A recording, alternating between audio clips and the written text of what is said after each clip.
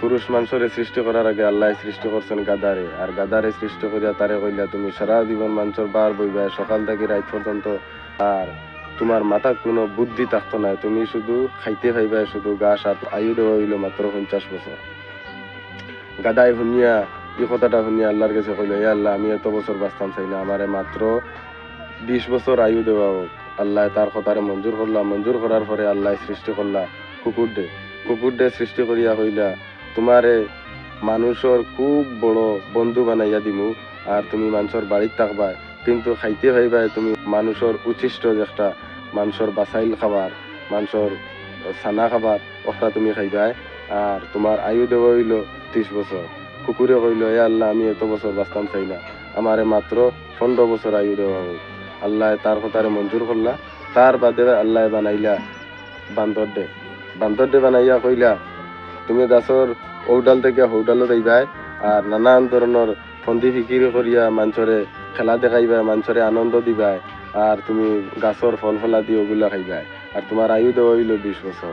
বান্দরে কইল, এ আল্লাহ আমি এত বছর বাঁচতাম চাই না, আমারে মাত্র 10 বছর আয়ু দেওয়া হোক। আল্লাহ তার কথারে মঞ্জুর করলা। তার বাদে আল্লাহ সৃষ্টি করলা পুরুষ মানুষরে সৃষ্টি করিয়া আল্লাহ কইলা তোমার আয়ু দেওয়া হইল 20 বছর, আর তুমি সর্বশ্রেষ্ঠ মানব জাতি।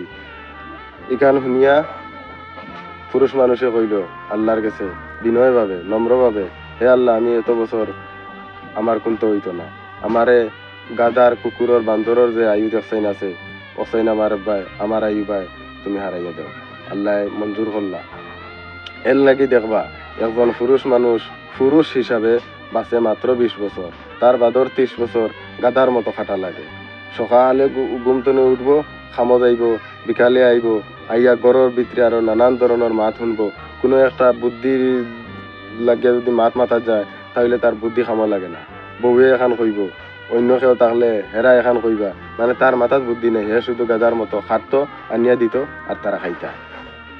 তার বাদর 15 বছর বাঁচে কুকুরের মতো, যে একটা ফুয়া ফুড়িন বিয়া দেওয়ার বাদে গরো ফুয়ার বউ আইলো, বাসাইল খাবার থাকলে অসাইন দিবা, অসাইন খাইব, অসাইন খাইয়া আর ওই তো বাড়িতে একটা মোটামুটি একটা কুটুমলা থাকে।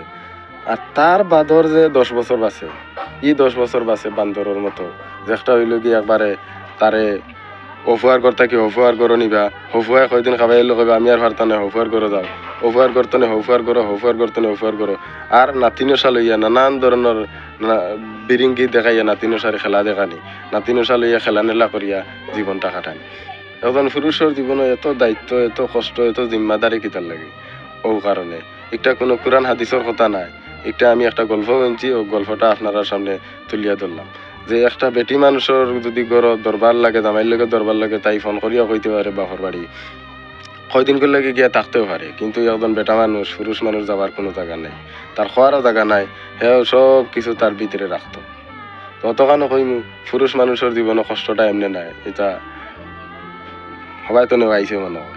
ভিডিওটা শেয়ার করবা আর লাইক কমেন্ট করবা।